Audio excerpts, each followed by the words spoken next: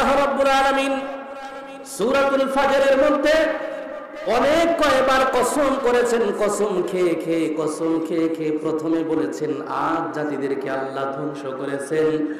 আদ জাতিরা এত বেশি পরিমাণে শক্তিশালী ছিল, যাদের মতো শক্তিশালী আর পৃথিবীতে আল্লাহ কখনো কাউকে পাঠাবেন না। রব্বুল আলামিন বলেন লাম ইউখলাক মিসলুহা ফিল বিলাদ, এই জমিনে যাদের মতো শক্তিশালী করে আর কোন দলকে পাঠাবে না, আর কোন জাতিকে পাঠাবে না। এত বড় শক্তিশালী জাতি হিসেবে পাঠিয়েছিল, সেই জাতির নাম হলো আদ জাতি। বলেন সেই জাতির নাম কি? সবাই বলেন। গ্রামগঞ্জের মানুষ আপনারা তাই সব কথা বুঝবেন না, এই জন্য নতুন নতুন কথাগুলো মুখস্থ করে রাখা দরকার। আমি একটি জাতির নাম আপনাদের সামনে তুলে ধরলাম, বলেন তো সেই জাতির নাম কি? আদ। বলেন জাতির নাম কি? আদ। রব্বুল আলামিন বলেন এই আদ জাতির কাছে আমি আল্লাহ রব্বুল আলামিন আমার একজন পয়গম্বর পাঠিয়েছিলাম। সেই পয়গম্বরের নাম ছিল হযরতে হুদ আলাইহিস সালাতু ওয়াস সালাম।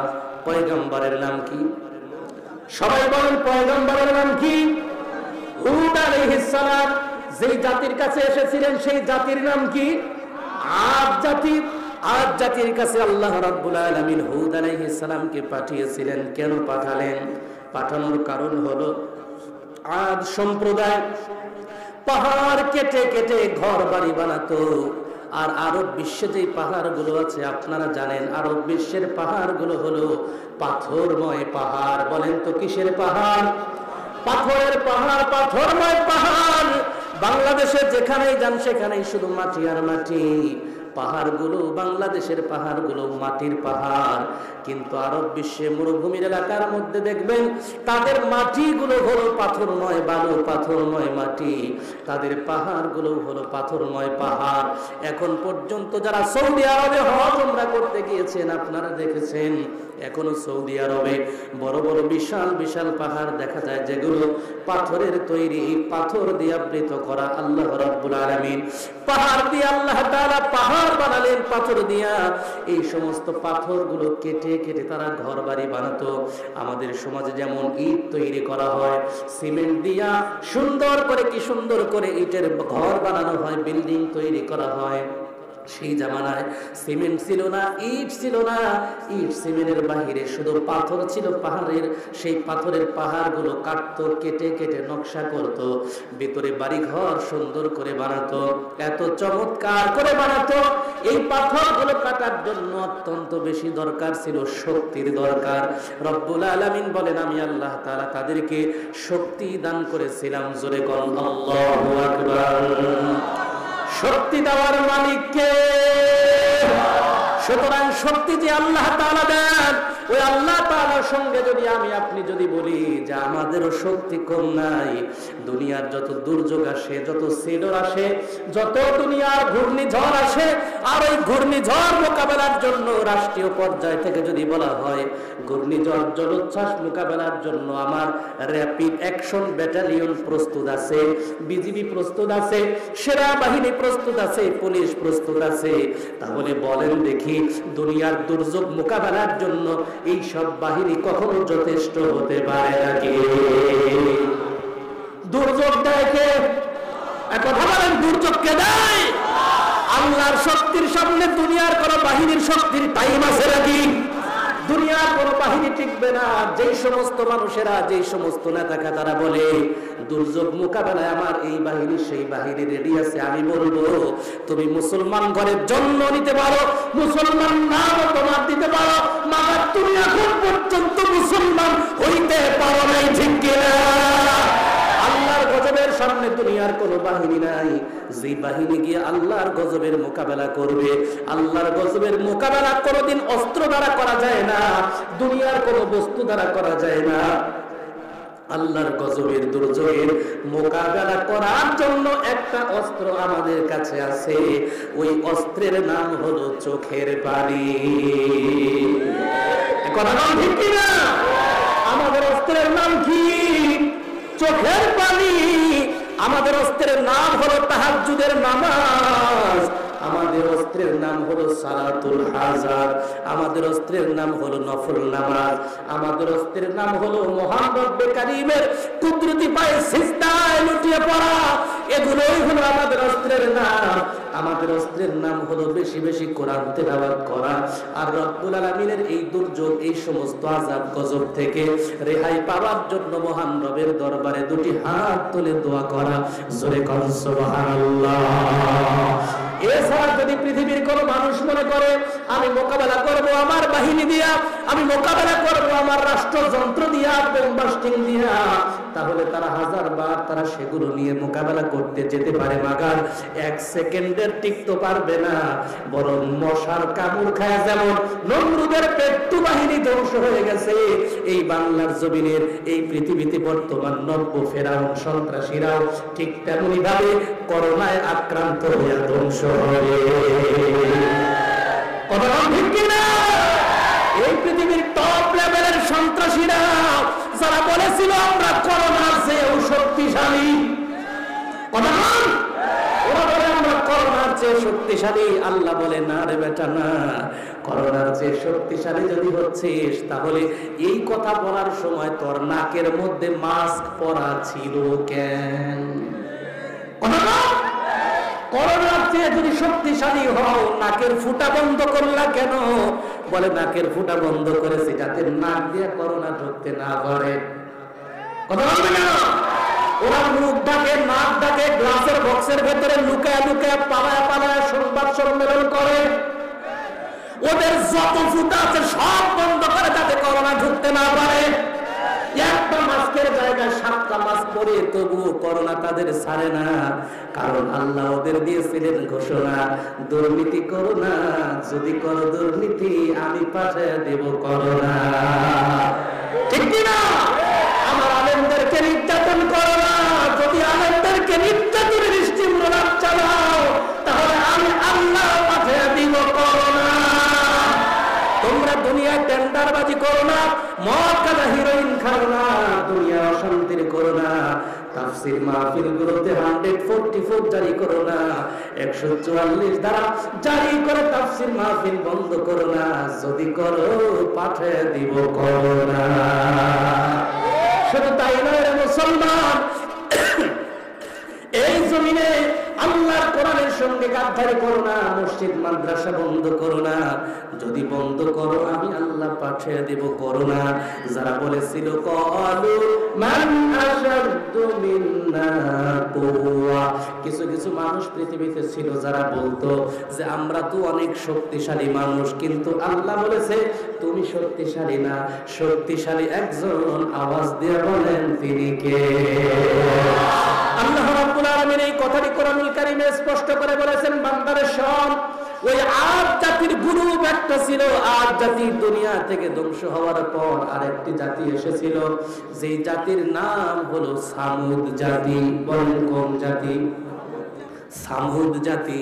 সামুদ জাতি কখন আসলো? আদ জাতি যখন ধ্বংস হলো। আদ জাতির ব্যাপারে আল্লাহ তাআলা কোরআনুল কারীমে বলেন, ওয়া ইলা আদিন আখাহুম হুদা ক্বালা ইয়া কওমি ইবুদুল্লাহা মা লাকুম মিন ইলাহিন গায়রু আফালা তাত্তাকুন।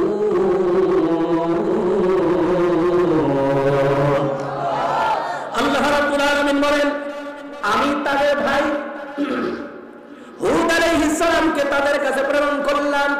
কখন প্রেরণ করেছি?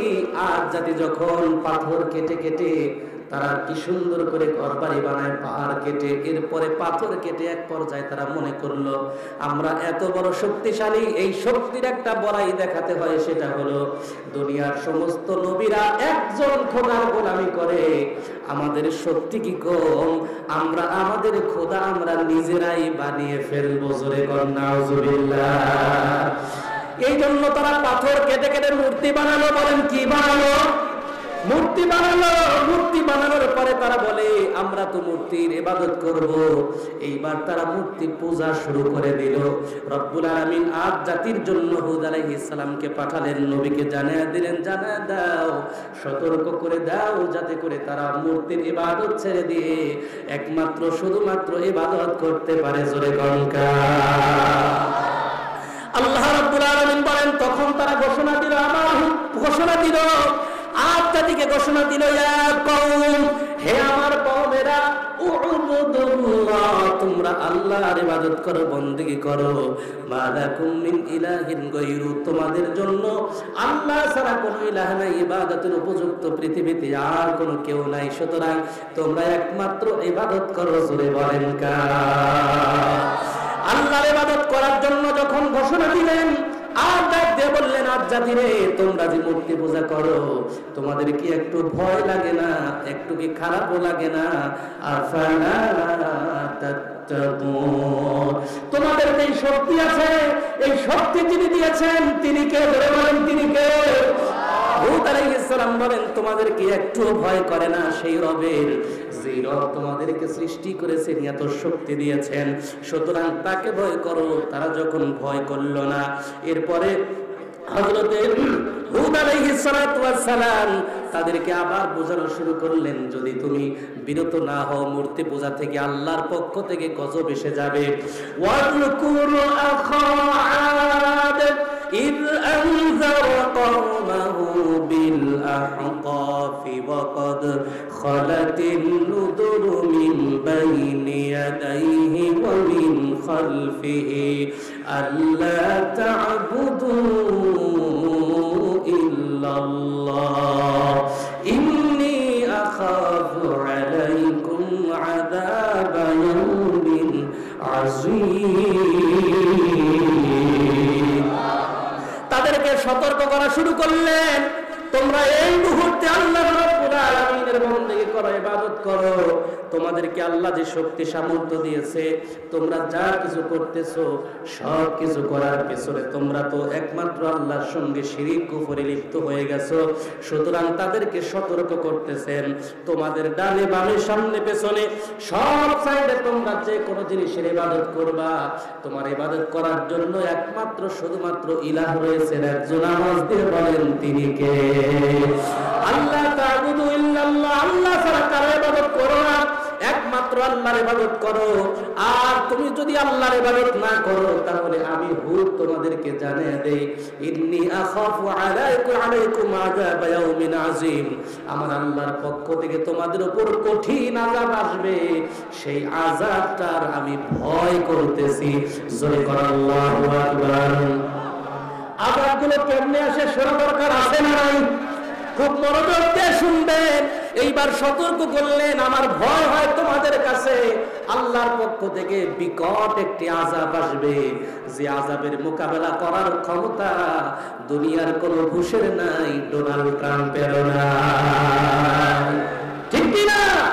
স্বৈর শাসক দূরের কথা, ইসরায়েলেরও নাই, কেউ করতে পারবে না। সকল মোকাবেলা করার মতো ক্ষমতা দুনিয়ার কারো নাই, একমাত্র শক্তির অধিকারী বলেন কে? এরপরে আবার ডাক দিয়ে বললেন, এই মুহূর্তে তোমরা সতর্ক হয়ে যাও। তারা যখন ইবাদত করা বন্ধ করে দিল, তারা যখন আল্লাহর ইবাদত ছেড়ে দিল, মূর্তি পূজায় এখনো লিপ্ত থাকলো, তখন রব্বুল আলামিন তাদের জন্য একটা গজব পাঠিয়ে দিলেন। বলেন, কি পাঠিয়ে দিলেন? গজব পাঠিয়ে দিলেন। গজবের নাম হলো দুর্ভিক্ষ। গজবের নাম কি বলেন? দুর্ভিক্ষ। এই পৃথিবীতেও কিছু মানুষ ছিল, স্বৈর শাসকেরা ছিল গত 16টা বছর, যারা দুনিয়ায় নেক কাজ করবে দূরের কথা, রাস্তার মোড়ে মোড়ে মূর্তি বসানো শুরু করেছিল। এই কথা বলার পরে যারা উঠবে মনে করবেন ওইটাই মূর্তির প্রেমিক।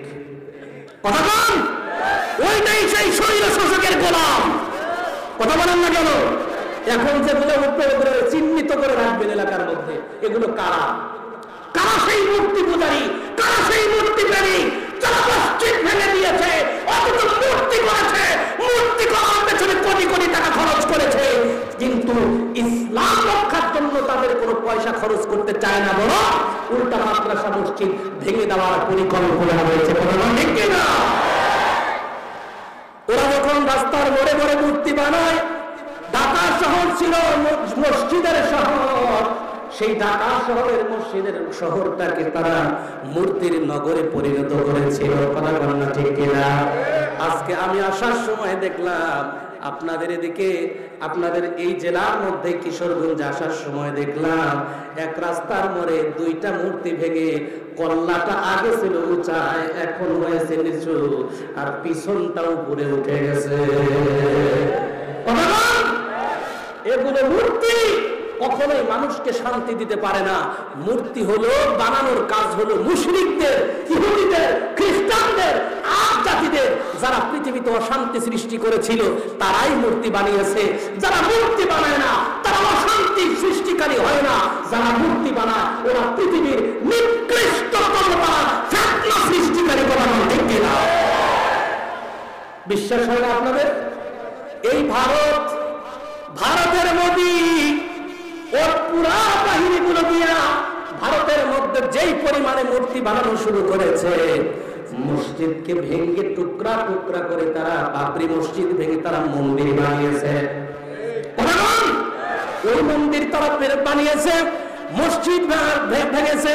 যারা বেশি বেশি মূর্তি বানায় আজকে তাকে দেখেন বাংলাদেশ নিয়ে তারা মিথ্যা রচনা করতেছে।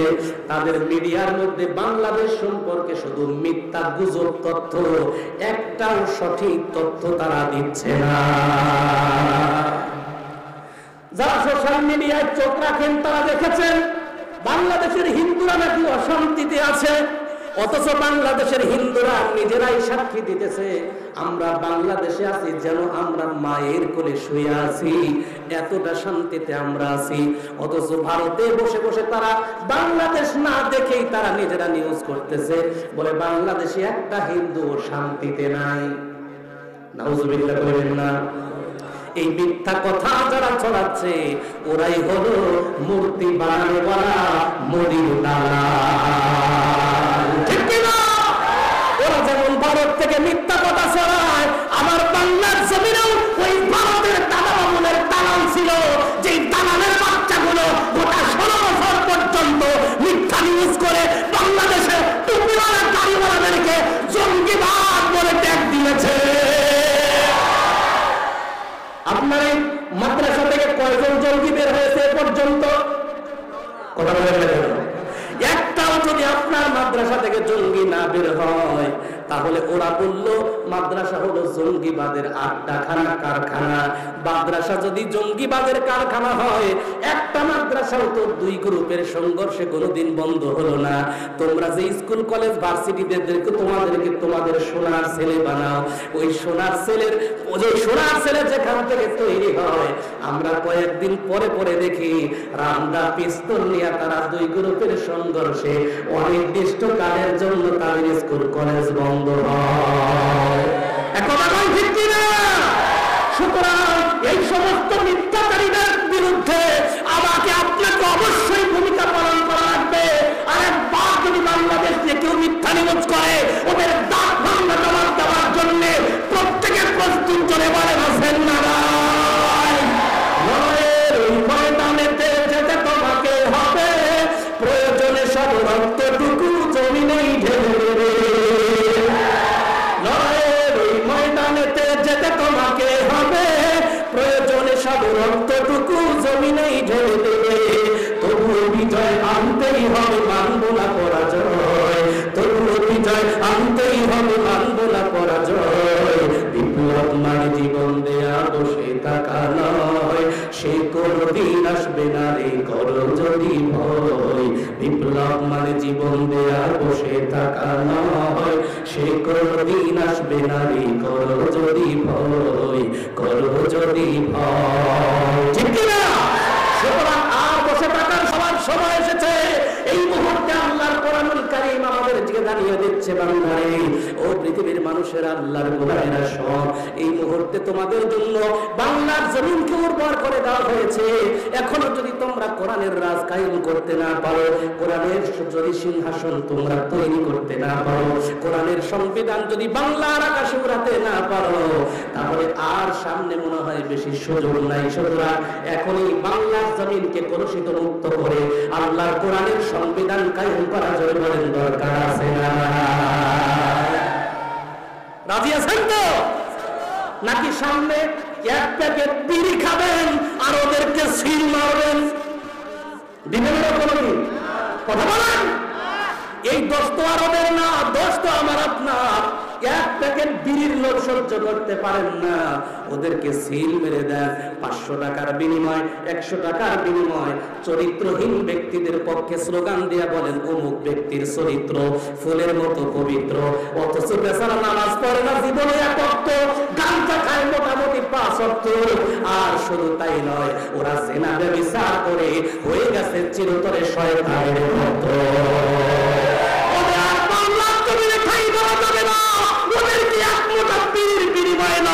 ওরা যদি 1 টাকাও দিতে আসে, ওদের টাকা ওদের চাপড়াতেই তার ঢুল ছুঁড়ে ফেলবো। আর ওদেরকে আর এইভাবে সিল মারবো না, এখন এইভাবে সিল মারবো। তোরা শুধু সামনে আয় ভোট চাইতে, দেখবি তোদের চাপার ব্যাপারটাও থাকে নাকি। কারণ আমরা দেখেছি বহু বছর, সেই 71 থেকে আজ 24 পর্যন্ত দেখতে দেখতে আমার সোনার বাংলা খেয়ে ফেলেছি, এখন পর্যন্ত শান্তি দিতে পারে না। কথা বলছি কিনা? এই জন্য মুসলমানেরা আর একদিনের জন্য সময় দেওয়ার আমার সময় নাই। আমরা এক মুহূর্তের জন্য আর কাউকে টাইম দিতে চাই না। এখন আমরা আল্লাহর দিনকে কায়েম করার জন্য, বাংলার আকাশে আল্লাহর পতাকা উড়ানোর জন্য আমাদের সদা প্রস্তুত নেওয়া দরকার। জোরে করা আছে না? এই জন্য কোন আওয়ামী লীগ বুঝি না, বিএনপি বুঝি না, জামাত বুঝি না, জাতীয় পার্টি বুঝি না, ইসলামিক দল যারা দাঁড়াবে, আমরা এই মুহূর্তে প্রত্যেকে একটা দাবি উঠাবো, ইসলাম প্রেমিক সকল তৌহিদে জনতা আলেম উলামা, তারা যেন একটি সুন্দর বাংলাদেশ গড়ার জন্য আমাদেরকে ঐক্যবদ্ধভাবে ডাক দেন। আমরা সকল দল মত নির্বিশেষে আগামী বাংলাদেশকে কোরআনের বাংলাদেশ করে দেখাতে চাই। রাজি আছেন না মুসলমান? এই জন্য আর কাউকে চিনব না, আমরা দেখবো ইসলাম। বলেন আমরা কি দেখবো? ইসলাম। ইসলাম আছে যেখানে আমরা আছি, ইসলাম নাই যেখানে আমরা নাই, আলেমা যেখানে আমরা আছি, সাতপন্থীদের টাকা পয়সা যেখানে আমরা নাই।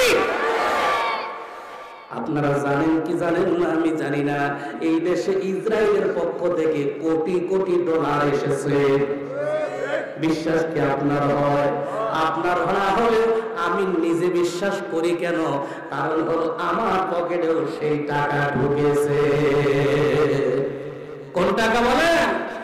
ইসরায়েলি সেই টাকা, সাদের সেই টাকা আমার পকেটেও ঢুকানো হয়েছে। ও মুসলমানেরা, তাই আমি আপনাদের সামনে জোর গলায় বলতে পারছি, আমার হাতে আছে কোরআন। বলেন কি? আমি আছি একটা জান্নাতি প্যান্ডেলের সামনে। আমি আপনাদের সামনে স্পষ্ট করে বলি, মুসলমান, এই বাংলার জমিনটা ছিল শান্তিময় জমিন, যেই জমিনে কোনো মারামারি কাটাকাটি হত্যা হানাহানি ছিল না। একজন দিনী মুসলমান আর একজন মুসলমানের সঙ্গে কখনো লড়াই হতো না। ভ্রাতৃত্বের বন্ধন ছিল বাংলার জমিনে অটুট। শুধু তাই নয়, সব দল দলাদলি করেছে, মাগার তাবলীগ দল জীবনে কোনোদিন দলাদলি করে নাই। কথা বল। সারা বিশ্ব যখন দেখলো, ইসরায়েল যখন দেখলো, মুশরিকরা যখন দেখলো শুধু বাংলাদেশের মধ্যে এতটা ভ্রাতৃত্ব, সারা পৃথিবীর বুকে দাওয়াত তাবলীগ, কি সুন্দর করে তারা একে অপরের গায়ে হাত দিয়ে কি সুন্দর করে চলে। একজন নিজের খাবার অন্যের মুখে বিলিয়ে দেয়। কেউ কোনোদিন কারো সঙ্গে ঝগড়া করে না। কেউ ঝগড়া লাগাতে আসলে উল্টো ওই লোকটার মাথায় হাত বুলিয়ে তার রাগটা নিয়ন্ত্রণ করে দেয়। এত সুন্দর সুশৃঙ্খল তাবলীগ চলতে দেওয়া যায় না। তাই তো তারা পরিকল্পনা করলো, এইটাকে যদি বিশৃঙ্খলা করা যায়, সামান্য 2-1 সাধারণ মানুষ দিয়ে বিশৃঙ্খলা করা যাবে না। এটার মূল হোতাকে ধরতে হবে। ওদের টার্গেট হলো মূল হোতা। বলে ওদের টার্গেট কি? মূল হোতা। এই জন্য মূলটারে ধরছে, বড়টারে ধরছে। ওইটারে ধরে কি সুন্দর করে পয়সা দিয়ে কিনে ফেললো। ও মুসলমানেরা, একটা মাত্র কথা বললেই দুনিয়ার সব দ্বন্দ্ব মিটে যায়, কিন্তু হাজার হাজার লক্ষ লক্ষ মানুষের মধ্যে দ্বন্দ্ব ছড়িয়ে দিচ্ছে, শত শত মানুষ মরে যাচ্ছে, কাটাকাটি করছে, হানাহানি করছে, মাগার তার একটু পর্যন্ত পার্শ্ব প্রতিক্রিয়া তার হচ্ছে না। সে এই দাঙ্গা থামানোর জন্য কোনো পরিকল্পনা নিচ্ছে না, উল্টা এখনো সে বসে আছে। তার মানে বসে বসে দেখতেছে দুই গ্রুপের মারামারি করে বান্দা যখন রক্তপাত ঘটায়, বান্দা যখন মরে যায়, ও বেটা চোখে তাকায় তাকায় অনলাইনে দেখে আর হাসে, মাগার দ্বন্দ্ব মিটানোর কাজ করে না। এখন আমার ঠিক কিনা? ওলামায়ে কেরাম জাতির রাহমান, এই পৃথিবীতে নবীরা এসেছিল দুনিয়ার মানুষগুলাকে সঠিক পথে পরিচালনা করার জন্য। আল্লাহ রাব্বুল আলামিন জানিয়ে দিয়েছেন, এই পৃথিবীতে আমি নবী পাঠিয়েছি যখন এই পৃথিবীর দাঙ্গা লাগানোর মানুষগুলো অন্যায় পথে মানুষদেরকে পরিচালনা করেছে, ঠিক ওই মুহূর্তে জাতিকে সঠিক পথে আনার জন্য আমি আল্লাহ নবী পাঠিয়েছি। জোরে বলুন সুবহানাল্লাহ। ঠিক তেমনি আদ জাতির কাছে নবী পাঠালেন হুদ আলাইহিস সালামকে। আদ জাতির কাছে নবী পাঠানোর পর তিনি আবার সতর্ক করলেন, খবরদার, কি ব্যাপার, তোমরা এখন পর্যন্ত কি তোমরা নির্ভীত হচ্ছ না? তোমরা কি মূর্তি পূজা থেকে ফিরে আসবা না? ফিরে আসো, তাহলে আল্লাহ তোমাদেরকে মাফ করে দিবে। যদি ফিরে না আসো, তোমাদেরকে গজব দিবেন কে? কয়েকদিনের মধ্যে আদ জাতির কাছে একটা গজব আসলো। গজবের নাম হলো দুর্ভিক্ষ, তার মানে অনাবৃষ্টি শুরু হয়ে গেল। আসমান থেকে কোনো রহমতের বৃষ্টি পড়ে না। আপনাদের এলাকায় যদি একটা বছর পর্যন্ত কোনো বৃষ্টিপাত না হয়, বলেন দেখি এই এলাকার জমিনগুলো কি উর্বর থাকবে? জোরে বলেন, ফসল কি ভালো মতন হবে? না না, কারণ হলো এই জমিনটা যখন আসমান থেকে রহমতের বৃষ্টি পায়, তখন এই জমিনের মধ্যে আসমানের বরকত নাযিল হয়, ওই বরকত দিয়ে জমিনটা উর্বর হয়। আর ওই জমিনটার মধ্যে যখন ফসল ফলে, তখন ওই ফসলটা আপনাকে সুন্দর ফসল ফলন করে দেয়। জোরে বলুন সুবহানাল্লাহ। এই কারণে অনাবৃষ্টির সময় এটা একটা গজব। তিনি বললেন যে তোমাদের উপরে গজব আসবে, গজব আসলো, কোনো বৃষ্টি হয় না, এদিক দিয়ে দুর্ভিক্ষ লেগে গেল। এখান থেকে আপনাদেরকে এই বর্তমান জামানার হালত অনুযায়ী তাফসীর যদি করতে হয়, তাহলে যেই মানুষেরা মূর্তি বানিয়েছিল রাস্তার মোড়ে মোড়ে, ওলামায়ে কেরাম নবীদের ভূমিকা পালন করে বলেছিল, খবরদার একটা মূর্তিও বানাও না, যদি বানাও গজব আসবে কার? জোরে বলেন, গজব আসবে কার? ওই জামানায় হুদ আলাইহিস সালাম বলেছিলেন আদ জাতিকে, এই জামানায় ওলামায়ে কেরাম বলেছিলেন স্বৈর শাসকদেরকে।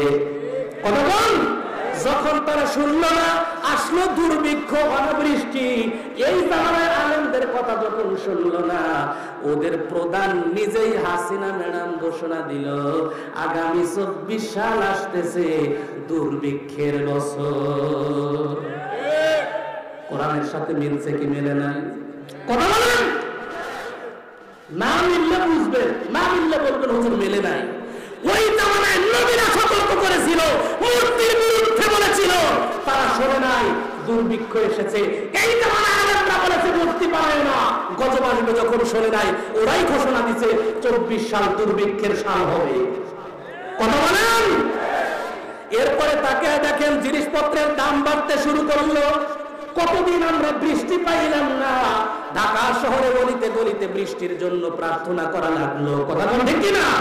এই যে অনাবৃষ্টি, এগুলো কেন হয়? বলে মূর্তি পূজা যখন বেড়ে যায়, অন্যায় অবিচার যখন বেড়ে যায়, জিনা ব্যভিচার যখন বেড়ে যায়, ওরা পতিতালয়ের সার্টিফিকেট দেয়, মাদার তৃতীয় বিয়ে করলে জেলখানায় ঢুকায়। কথা বলতে গেল, ওরা বিবাহকে ওরা কখনোই ভালোভাবে নেয় না, কিন্তু পরকীয়া করলে ওদের কাছে খারাপও লাগে না। তাই তো 10-12 বছরের ছেলে মেয়ে প্রেম করলে কোনো অসুবিধা নাই, মাগার 12 বছর 14 বছরের মেয়ের বিয়ে দিলে তখন তারে বাল্য বিবাহ বলে জেলখানায় ঢোকায় দেয়। এ কথা কোন ঠিক কিনা? বিবাহ নামের পবিত্র জিনিসকে তোমরা নাপাক বানিয়েছো, হারাম করে তুমি সিদ্ধ করেছো, তোমাদের উপরে আল্লাহ গজব আসবে না, তো আসবে নাকি? কথা বল।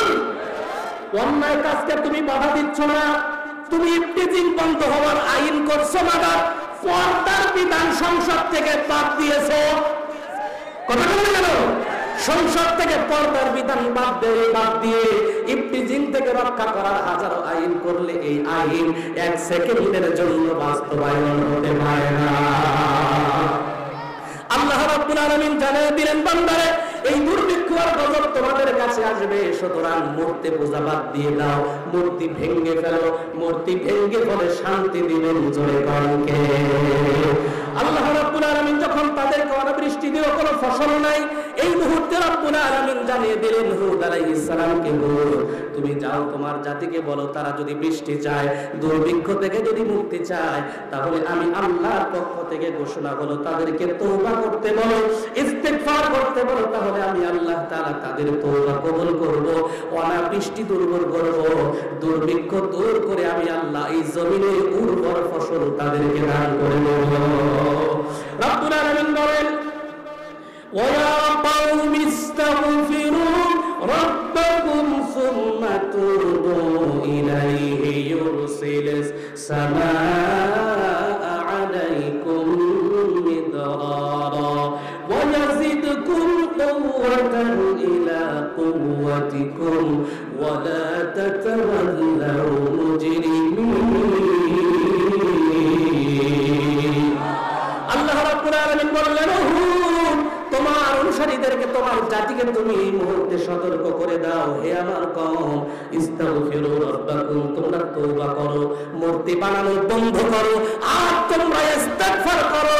এরপরে আল্লাহ বলেন, সুম্মা তুবু ইলাইহি, অতঃপর তোমরা সে আল্লাহর দিকে তওবা করে ফিরে আসো। যদি ফিরে আসতে পারো, তওবা করতে পারো, মূর্তি যদি বন্ধ করতে পারো, তাহলে আল্লাহর পক্ষ থেকে ওয়া ইউরসিলুস সামাআ আলাইকুম মিদরারা, আসমান থেকে রহমতের বৃষ্টি নাজিল করবেন কে? আল্লাহ রাব্বুল আলামিন বলেন, শুধু আসমান থেকে বৃষ্টি দেব এটাই না, ফল ফসল গুলো বাড়াবে এটাই না, বরং তোমাদের যে শক্তি আমি আল্লাহ দিয়েছি, এই শক্তিটাকে আরো বাড়ায় দেব। ওয়া ইয়াজিদকুম কুওয়াতান ইলা কুওয়াতিকুম, তোমাদের শক্তিগুলোকে আমি আল্লাহ তাআলা অধিক গুণে বাড়ায় দেব। সুবহানাল্লাহ। তাহলে আজ জাতি এমনিতেই শক্তিশালী, এমনিতেই কি বলেন শক্তিশালী, আর একদিকে আল্লাহ বলে আরো শক্তি বাড়ায় দেব যদি তওবা করে ফিরে আসতে পারো। কিন্তু তারা আসলো না।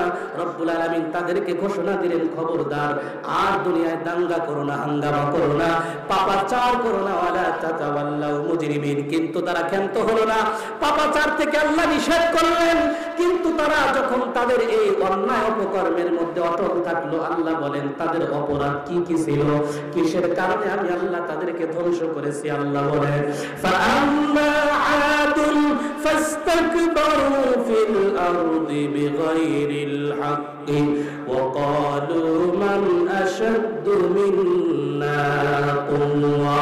রব্বুল আলামিন বলেন, সেই সময় এই মানুষগুলো আর জাতিগুলো তওবা না করে উল্টো তারা অহংকার করলো, জমিনের মধ্যে ফাসাদ সৃষ্টি করলো, জমিনের মধ্যে নাহকের পক্ষে থেকে আল্লাহর বিরুদ্ধাচরণ যখন করলো, আল্লাহর বিরুদ্ধাচরণ করে তারা নিজেরা ঘোষণা দিয়ে দিল, ওয়াকালু মান আশাদ্দু মিন্না কুওয়া, আমরা তো এত শক্তিশালী, আমাদের চাইতে শক্তিশালী দুনিয়ার জমিনে আর কে আছে? জোরে আল্লাহুল্লাহ। এই জামানায় কিছু মানুষ আছে যারা বলে আমাদের চাইতে আর দুনিয়ায় শক্তিশালী কে আছে।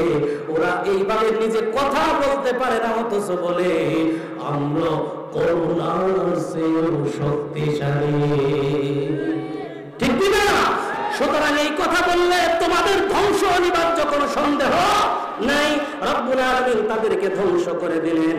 সুতরাং আল্লাহ রব্বুল আলামিন বলেন, বান্দা তোমরা যে আল্লাহকে এই কথা বলেছো তোমাদের চাইতে দুনিয়ার কে শক্তিশালী আছে, অথচ তোমরা কি জানো না, তোমরা কি দেখো না যে আল্লাহ তাআলা তোমাদের শক্তিগুলো সৃষ্টি করলেন, তোমাদেরকে সৃষ্টি করলেন, সে আল্লাহর সঙ্গে তুমি গাদ্দারি করলে। সুতরাং আমি আপনাকে এই মুহূর্তে আমরা আল্লাহর কাছে এই কথা ওয়াদা করতে পারি, আমরা যেন কখনো অহংকার করে এই কথা কথা না বলি যে আমরাই হলাম বড় শক্তিশালী, আমাদের চাইতে শক্তিশালী আর কেউ নাই, এই কথা বলা যাবে নাকি? বলেন। তাহলে আমাদেরকে কি বলতে হবে? আমরা হলাম আল্লাহর গোলাম, সকল ক্ষমতার উৎস একজন, বলেন তিনি কে? এই দুনিয়াতে সকল ক্ষমতার উৎস মানুষ নয়, জনগণ নয়, আল্লাহ তাআলা সকল ক্ষমতার উৎস। এই জন্য আল্লাহর পথে ফিরে এসে আল্লাহর দ্বীনের পথে আমাদের যতক্ষণ নিঃশ্বাস থাকবে সেই মালিকের পক্ষে থাকা দরকার আছে না? রব্বুল আলামিন আমাদেরকে আল্লাহর সেই সঠিক পথে, দ্বীনের পথে আমাদেরকে চলবার তৌফিক দান করুন। আল্লাহর এই জমিনে আল্লাহর দ্বীন কায়েমের লক্ষ্যে আমাদের উলামায়ে কেরামকে একসঙ্গে, আমরা উলামায়ে কেরামের সঙ্গে থেকে এই জমিনে আল্লাহর দ্বীন যেন আমরা কায়েম করতে পারি। আল্লাহ তাআলা যেন আমাদের জন্য, কোরআনের জন্য এই বাংলাদেশটাকে কবুল করে নেন এবং আল্লাহ তাআলা এই বাংলাদেশ থেকে সারা বিশ্বময় ইসলামকে সমুন্নত করে, ইসলাম প্রচার করে সারা দুনিয়ায় কালিমার পতাকা উড্ডীন করার তৌফিক দান করেন। আমিন। ওয়া আখিরু দাওয়ানা আলহামদুলিল্লাহি রাব্বিল আলামিন।